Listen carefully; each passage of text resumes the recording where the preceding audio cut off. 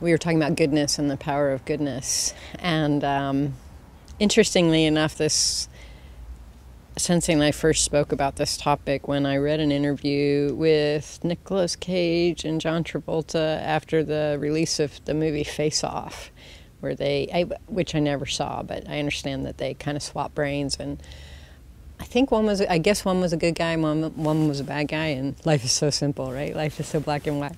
And the interviewer was asking them which role they enjoyed playing more, and they both said the bad guy, and they both said because his character was so much more complex and therefore so much more interesting.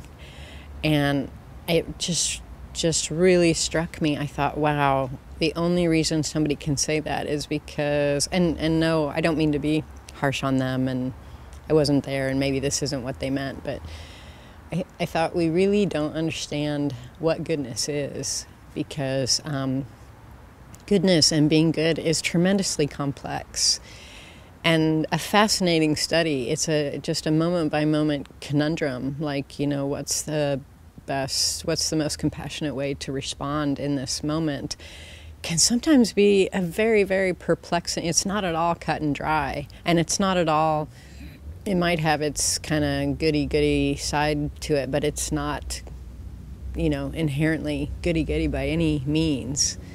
Yeah, so it really got me meditating about the complexity of goodness and profundity of goodness, and how much we underestimate the power of goodness. And it's been my experience, and I'd encourage anybody interested to reflect on this, that we often feel like beaten down by, unwholesome things or badness, or, evil seems so prevalent in the world so often. And I think we really underestimate the power of goodness, and how goodness can really quite easily vanquish evil, for lack of a better word, or the wholesome can quite easily vanquish the unwholesome. It doesn't always happen. It's not like 100% rule, but it's pretty reliable. And I think if it seems to us in our individual lives, or if looking at the planet, it seems like goodness isn't necessarily winning, I would say that we don't have enough faith that it can, and so not enough of us are working on that premise and making that happen. I think if you just had a